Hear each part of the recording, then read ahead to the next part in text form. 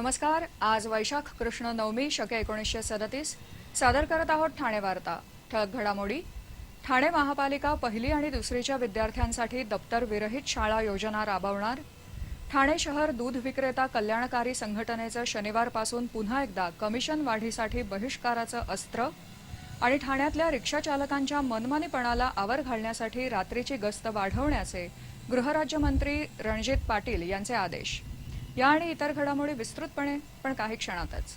ठाणे वार्ता पहा श्रीस्थानक वाहिनीवर। आता सकाळी 9:15 पासून रात्री 9:15 पर्यंत ठाणे वार्ता, ठाण्यातील पहिलं दृकश्राव्य माध्यम। श्रीस्थानक वाहिनी ठाण्याची स्वतःची वाहिनी। ठाण्यातील घडामोडी, कार्यक्रम, वादविवाद, अगदी गाणी, नाटक याचा आनंद घर बसल्या पहा श्रीस्थानक वाहिनी। आपल्या ठाण्याचं हक्काचं व्यासपीठ श्रीस्थानक वाहिनी। ठाणे वार्ता आता संकेतस्थळावर देखील ठाणेवार्ता.com वर क्लिक करा आणि ठाण्याच्या घडामोडी जाणून घ्या। ठाण्यातील पहिलं ऑनलाईन माध्यम ठाणेवार्ता.com। नमस्कार मंडळी, दर रविवारी पाहायला विसरू नका। नमस्कार मंडळी, आपल्या प्रश्नांचं थेट उत्तर। ठाणे वार्ता पहा श्रीस्थानक वाहिनीवर। आता सकाळी 9:15 पासून रात्री 9:15 पर्यंत ठाणे वार्ता, ठाण्यातील पहिलं दृकश्राव्य माध्यम।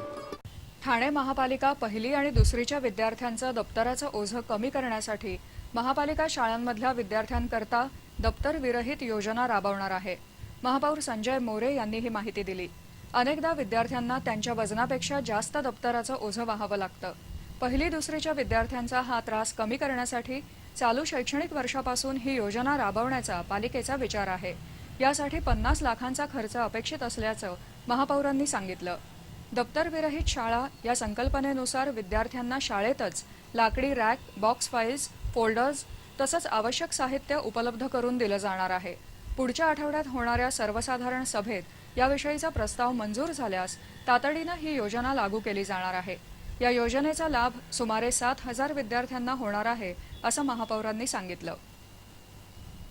ठाणे जिल्हा टँकरमुक्त करण्यासाठी शासनाची जलयुक्त शिवार योजना वरदान ठरणार असून त्यादृष्टीनं योग्य ती पावलं उचलणं भविष्यातलं जलसंकट निवारण्यासाठी आवश्यक असल्याचं प्रतिपादन पालकमंत्री एकनाथ शिंदे यांनी केलं।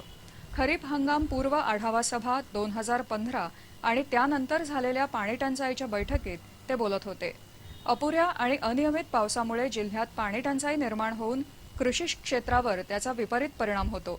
ही बाब जिल्ह्याच्या विकासात एक आव्हान ठरत असून धरणांचा जिल्हा असा लौकिक असलेल्या ठाणे जिल्ह्यातला भूमिपुत्र तहानलेला राहावा हे दुर्दैव आहे। जलयुक्त शिवारच्या माध्यमातून शासनानं ठरवून दिलेल्या 26 गावांवर अवलंबून न राहता जिल्ह्यातल्या इतर गावांचं सर्वेक्षण करून तिथेही जलयुक्त शिवार अभियान राबवण्यासाठी प्रयत्न करण्यासाठी सर्वंकष आराखडा तयार करण्याचे निर्देश त्यांनी जिल्हा प्रशासनाला दिले। सौर ऊर्जेबाबत शासन गंभीर असून त्याचा ठाणे जिल्ह्याच्या विकासासाठी उपयोग करून घेता येईल। भाजीपाला थेट गृहसंकुलांपर्यंत पोहोचावा यासाठी काही योजना सरकारच्या माध्यमातून राबवण्यात याव्यात। शिवसेनेनं पूर्वी असे उपक्रम राबवले होते आणि त्यांना उत्तम प्रतिसादही मिळाला होता असं ते म्हणाले। तांदूळ महोत्सवासारखे उपक्रम सातत्यानं राबवावेत ज्यातून शेतकरी ग्राहक समन्वय साधला जाईल। बियाणं, कीटकनाशकं शेतकऱ्यांना योग्य वेळेत उपलब्ध व्हावीत तसंच त्यांच्या गुणवत्तेवर संबंधित अधिकाऱ्यांचं बारीक लक्ष असावं जेणेकरून शेतकऱ्यांचं नुकसान होऊ नये। अशा उपक्रमांमुळे शेतीसाठी प्रोत्साहन मिळून शेतकरी आपल्या जमिनी विकणार नाहीत। प्रत्येक माणूस जेव्हा शासन म्हणून काम करू लागेल तेव्हा व्यवस्थेमध्ये आमूलाग्र बदल झालेला आपल्याला दिसेल आणि विकासाचा टप्पा गाठता येईल असं त्यांनी सांगितलं।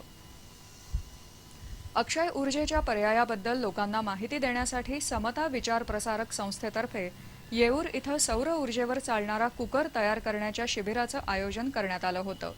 पर्यावरण दक्षता मंचाचे कार्यकर्ते आशिष पाटील, भाग्यश्री पाटील आणि मुकुल मुजुमदार यांच्या मार्गदर्शनाखाली घेण्यात आलेल्या या शिबिरात 65 एकलव्य विद्यार्थी आणि कार्यकर्ते सहभागी झाले होते। कुठेही सहज नेता येईल आणि त्यात अन्न शिजवता येईल अशा पोर्टेबल कुकर तयार करण्याच्या प्रात्यक्षिकाबरोबरच मुलांना सौर ऊर्जेच्या अनेकविध उपयोगांची माहिती देण्यात आली आणि या कुकरमध्ये केलेल्या चहाचा सर्वांनी आस्वाद घेतला। आता हे शिबिर ठाण्यातल्या विविध भागांमध्ये आयोजित केलं जाणार आहे। समता विचार प्रसारक संस्थेच्या अक्षय ऊर्जा अभियानाच्या विनामूल्य ऊर्जा ऑडिट उपक्रमाला उत्कृष्ट प्रतिसाद मिळत असून आतापर्यंत 60हून जास्त गृहसंकुलांनी संपर्क केला आहे. 50हून अधिक बिल्डिंग्सचं ॲक्च्युअल ऑडिट सुरू झालं आहे.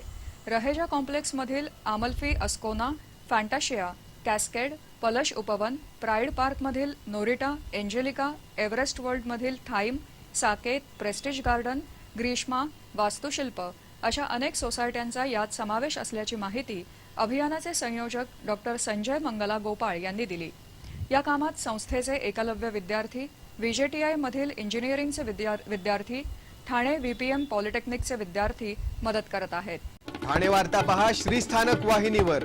आता सकाळी 9:15 पासून रात्री 9:15 पर्यंत ठाणे वार्ता, ठाण्यातील पहिलं दृकश्राव्य माध्यम. आपला परिसर स्वच्छ आणि सुंदर ठेवण्यासाठी ठाणे महापालिकेत सहकार्य करा. ओला सुका कचरा वेगवेगळा जमा करा आणि रोगराईपासून मुक्तता मिळवा. ठाणे वार्ता आता संकेतस्थळावर देखील ठाणेवार्ता.com वर क्लिक करा आणि ठाण्याच्या घडामोडी जाणून घ्या. ठाण्यातील पहिलं ऑनलाईन माध्यम ठाणेवार्ता.com. डॉक्टर आणि रुग्णांचं पिढ्यानपिढ्यांचं जिव्हाळ्याचं नातं म्हणजेच डॉक्टर बेडेकर हॉस्पिटल. आता अत्याधुनिक सोयी सुविधा आणि तंत्रज्ञान युक्त वंध्यत्व निवारण केंद्रात IVF आणि टेस्ट ट्यूब बेबीची ही सुविधा. Doctor Bedekar hospital, Maharshi Karvepath, Thane. 65 वर्षांची निरंतर सेवा. Jaipuri jewellery exhibition cum sale. 50% बचत. American diamond sets, mangalsutra, fancy bracelet, fancy earring top, radium आणि गोल्ड प्लेटेड बांगड्या आणि अन्य ज्वेलरी फक्त जयपुरी ज्वेलरी एक्झिबिशन मध्ये, अशोका बेसमेंट जवळ, गोखले रोड, नौपाडा, ठाणे पश्चिम. ठाणे वार्ता पहा श्रीस्थानक वाहिनीवर. आता सकाळी 9:15 पासून रात्री 9:15 पर्यंत ठाणे वार्ता, ठाण्यातील पहिलं दृकश्राव्य माध्यम. ठाण्याचे अतिरिक्त सत्र न्यायाधीश SJ काळे यांनी 2 नारळ पाणी विक्रेत्यांची दुसऱ्या एका नारळ पाणी विक्रेत्याच्या हत्येतून पुरेशा पुराव्याअभावी संशयाचा फायदा देत सुटका केली आहे. 26 जानेवारी 2008ला मेहबूब हक या नारळ पाणी विक्रेत्याची पैशाच्या वादातून मनुउद्दीन शेख आणि बादशाह शेख या दोघांनी हत्या केल्याचा आरोप होता. या दोघांनी मेहबूबची अतिशय निर्घृणपणे हत्या करून त्याचा मृतदेह नेरूळमधल्या तलावाच्या काठावर पुरला होता. पण ही बाब न्यायालयात सिद्ध होऊ शकली नाही. न्यायालयानं दोन्ही बाजू ऐकून आरोप सिद्ध करण्याएवढे पुरावे सादर करणं सरकारी पक्षाला शक्य झालं नाही असं सांगून दोघांची हत्येच्या आरोपातून मुक्तता केली. जिल्ह्यातील पाणीटंचाईग्रस्त गावांचा आपण दौरा करणार असून जिल्हा टँकरमुक्त करण्यासाठी आपण प्रयत्न करू अशी ग्वाही पालकमंत्री एकनाथ शिंदे यांनी दिली. जिल्हा ग्रामीण पाणीपुरवठा विभागाच्या आढावा बैठकीत बोलताना शिंदे यांनी ही ग्वाही दिली. शहापूर तालुक्यात 15 तर मुरबाड तालुक्यात 3 टँकरद्वारे पाणीपुरवठा केला जात आहे. जिल्हा धरणांचा जिल्हा म्हणून ओळखला जात असताना जिल्ह्यात अनेक ठिकाणी टँकरनं पुरवठा करावा लागतो. यामध्ये बदल होण्यासाठी लोकप्रतिनिधी आणि प्रशासकीय अधिकारी यांनी एकत्र येऊन काम करण्याची गरज शिंदे यांनी यावेळी व्यक्त केली. आदिवासी पाड्यात जिथं वीज नाही तिथे अन्य पर्याय उपलब्ध करून देणं गरजेचं असल्याचं त्यांनी सांगितलं. शहापूर तालुक्यात विहिरीतून पाणी काढताना मृत्यू झालेल्या मुलीच्या कुटुंबियांना मदत देण्यासाठी प्रस्ताव सादर करण्याच्या सूचना पालकमंत्र्यांनी जिल्हाधिकाऱ्यांना यावेळी दिल्या. ठाणेकरांना बहुधा येत्या शनिवारपासून पुन्हा एकदा आपल्या आवडत्या दुधाला मुकावं लागणार असून बेचव दुधावर समाधान मानावं लागणार आहे. ठाणे शहर दूध विक्रेता कल्याणकारी संघटनेनं 22 एप्रिलपासून छापील किमतीच्या 10% कमिशन मिळावं या मागणीसाठी गोकुळ, वारणा, महानंद, अमूल आणि मदर डेअरी या कंपन्यांच्या दूध विक्रीवर बहिष्कार टाकला होता. पण 8 दिवसांनी संघटनेनं कमिशन वाढीसाठी केलेलं हे आंदोलन 15 दिवसांसाठी स्थगित केलं होतं. गोकुळ, वारणा, महानंद, अमूल आणि मदर डेअरी या दूध कंपन्यांनी कमिशन वाढीबाबत सकारात्मकता दर्शवताना 15 दिवसांचा वेळ द्यावा अशी मागणी केली होती. यानंतर दूध विक्रेत्यांनी आपलं बहिष्काराचं अस्त्र म्यान केलं होतं. या 15 दिवसांमध्ये दूध कंपन्यांकडून कमिशन वाढीबाबत कोणतीच हालचाल झाली नसल्याचं दूध विक्रेत्यांचं म्हणणं आहे. फक्त महानंदनं 1 रुपया कमिशन वाढवून देण्याची तयारी दर्शवली आहे. इतर दूध कंपन्या एकमेकांवर जबाबदारी ढकलत असल्याचा संघटनेचा आरोप आहे.